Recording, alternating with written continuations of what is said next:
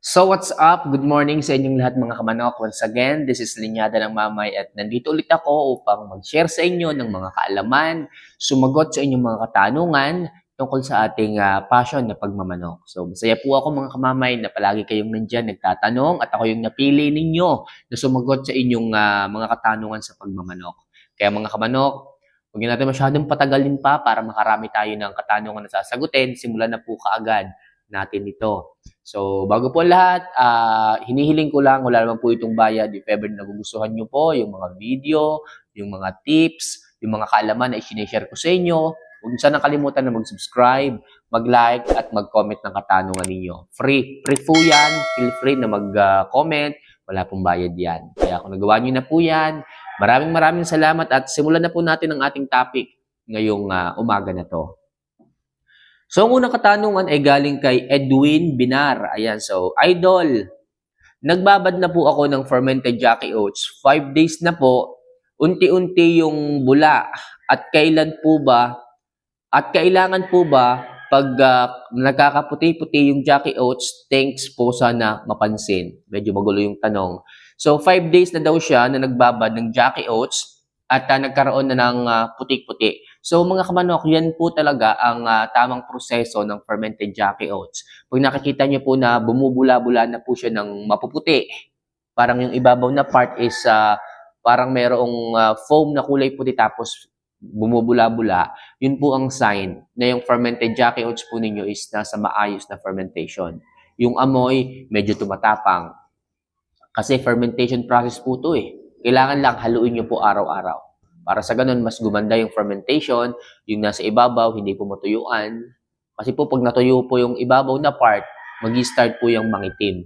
Kailangan po dapat required na araw-araw mahahalo po ninyo ang inyong ibinabad na Jackie Oats. Okay? So, kung may puti-puti, sign po yan na maganda po ang fermentation ninyo. So, maganda minimum ng 7 days bago kayo magbigay sa inyong mga alaga. Pero yung 5 days, 6 days, pwede naman na po yun.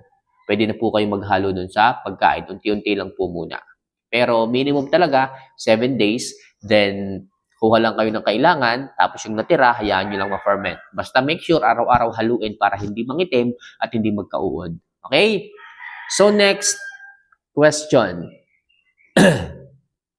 Galing kay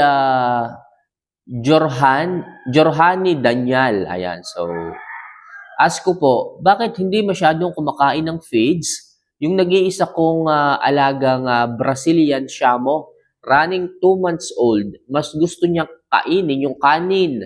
Marami siyang kain pag kanin. Salamat sa sagot, sana mapansin. So, mga kamamay, pag po ang isang manok, it's either kahit anong breed po yan. Pag yan po ay nasanay sa kanin, yan po ang hahanap-hanapin yan. Pero, kung gusto niyong palitan, kung gusto niyong palitan ng feeds o kung may gusto kayong ipakain sa kanya, i-fasting niyo po muna yung manok. Okay? Kahit ilang oras or something na isang meal para tumaas yung appetite.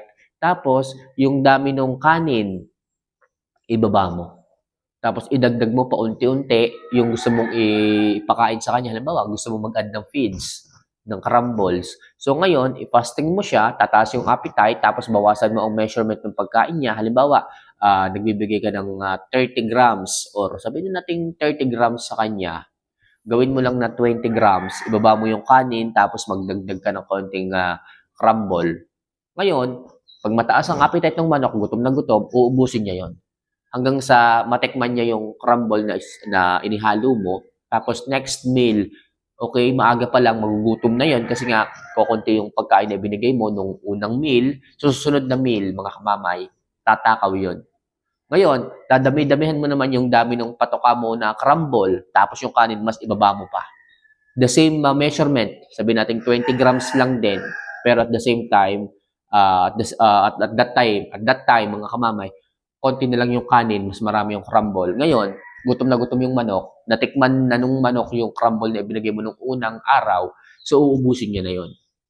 Okay, yun ang sikreto mga kamamay. Konti lang ang pakain, tapos nag-a-add ka gradually nung gusto mong ipa-adapt na pagkain.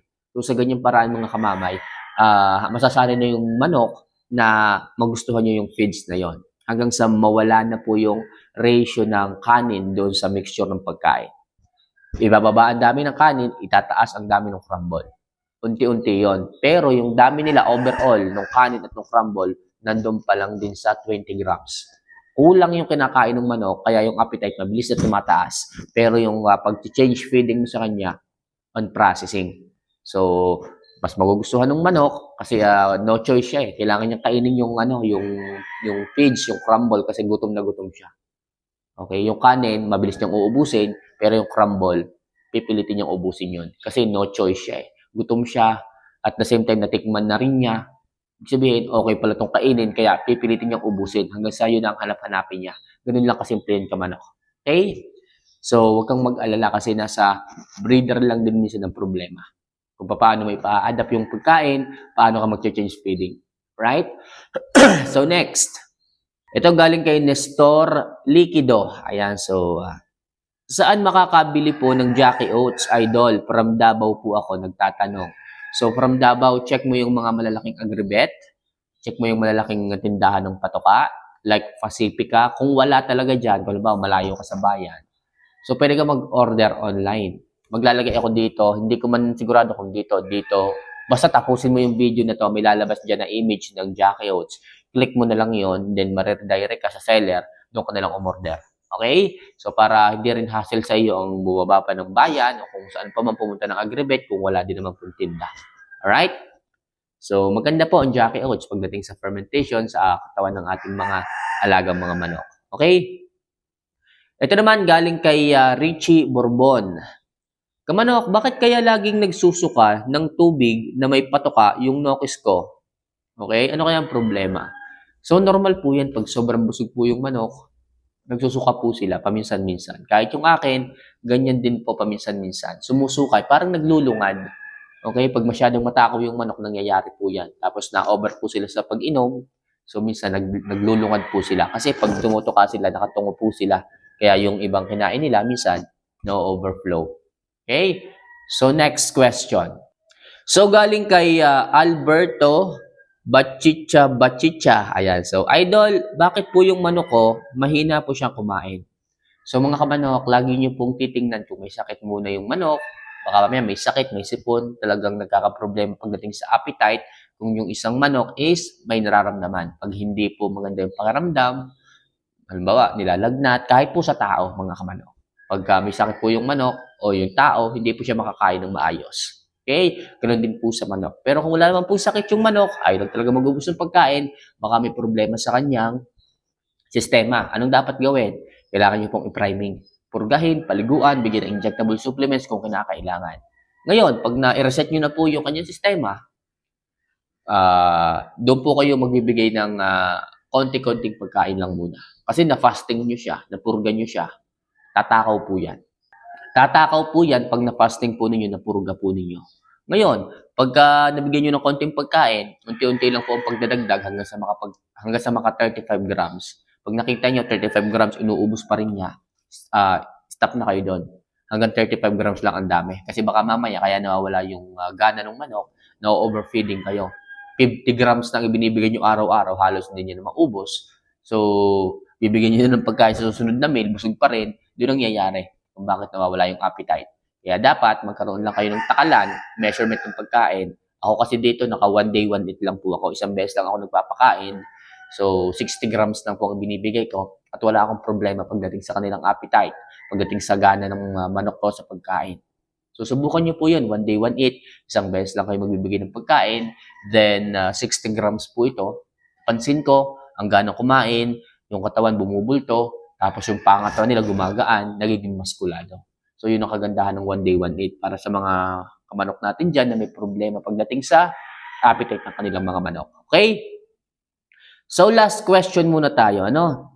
Ito galing kay Saldi Anigan. Ayan. Sir, ano po ang magandang patoka sa 2 to 3 months old na RIR? Okay, salamat. Actually, yung mga alaga ko dito is mga Texas, mga American chickens. Yung RIR, minsan ako nakapag-alaga niyan. At ang binibigay ko dyan mga kamanok, hindi kasi pilian yung mga yan eh. Hindi pilian. Nandun sila sa growth ng pagpapalaki. 2 to 3 months sa pagpapalaki. Ang binibigay ko sa kanila noon, Integra 3,000. Ang bilis kumain ng mga yan mga kamanok. So kita ko, konti pa lamang oras na umaalis ako, yung binigay kong pagkain, ubos na kaagad.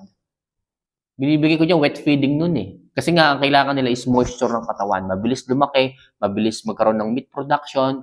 So, wine-wet feeding ko yan. Nahaluan ko lang ng vitamins. Ang bibilis kumain. Tapos, nilalabas ko sila ng brooder. Pinapagala ko sila sa damuhan. Kasi mahilig din sila sa sa damo. Halimbawa, meron ka diyang bakuran na sobrang damo. Ilagay mo yung mga yan. Diyan mo sila pagalain. Walang isang linggo uubusin nila yan. Okay? So, herbivore yata mga yan eh. Kumakain din ng damo eh. Makikita mo, linis yung damuhan sa bakuran mo.